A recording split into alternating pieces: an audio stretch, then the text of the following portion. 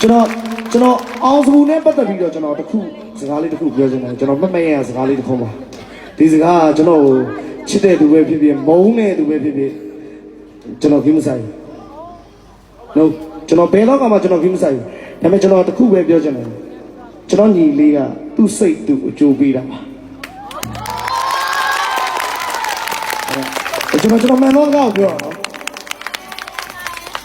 ကျွန်တော်ဒီကောင်လို့ပြောရင်စင်စိုးနေတော့ကျွန်တော်ချစ်လို့ပြောတာကျွန်တော်သူ့ကိုခေါ်တာဘယ်လိုခေါ်လဲကျွန်တော်တသားလို့ပဲခေါ်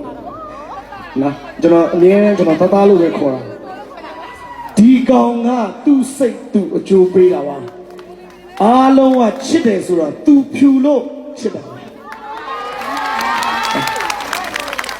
ကျွန်တော်ဒီစကားကိုကျွန်တော်ဒီနေရာမှာကျွန်တော်ပြောတာကျွန်တော်ကိုကျွန်တော်ယုံကြည်မှုရှိအောင်ကျွန်တော်ပြောတာပါနော်အဲ့တော့ကျွန်တော်ဒီကလေးကိုကျွန်တော်ချစ်ပါတယ်အဲ့တော့ရှေ့ဆက်ပြီးတော့လည်းကျွန်တော်တို့ရဲ့တပင်းအနုပညာနဲ့ပတ်သက်ပြီးတော့ကျွန်တော်ကလေးကိုအမြဲတမ်းလို့ကျွန်တော်ကိုကိုရဲမှုကျွန်တော်တို့အမြဲတမ်းသူ့ရဲ့ရဝန်းမှာကျွန်တော်တို့ဒီအတိုက်ဝန်းလေးကအမြဲတမ်းရှိပါတယ်အဲ့တော့ဒီကလေးလေး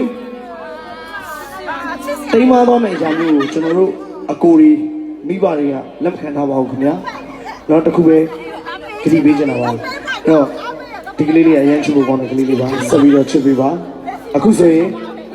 ယုံပြည့်ပြီးတော့ယုံတော့ပွင့်ပါတယ်နော်အဲ့လိုပွင့်လာတော့မှကိုကျော်ကြီးကအခုဒီငုံနေတော့ဟိုးမှာယုံထိတ်မှာ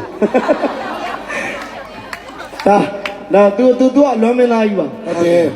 ကိုကျော်စီကယုံပွင့်သွားလို့ဘောလုံးနှစ်ခွဲသာဖြစ်လေโอเคဒီမှာအားမရနိုင်ကိုကြီးโอเคအဲ့တော့ကျွန်တော်ထပ်ပြီးတော့တချင်းတစ်ပုံးလောက်ဆိုမယ်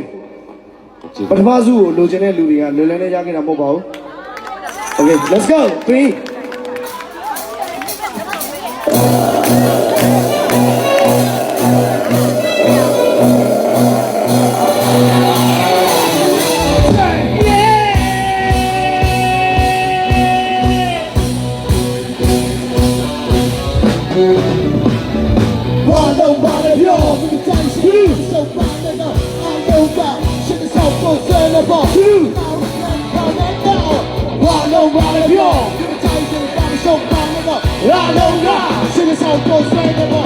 我的口都能变哦，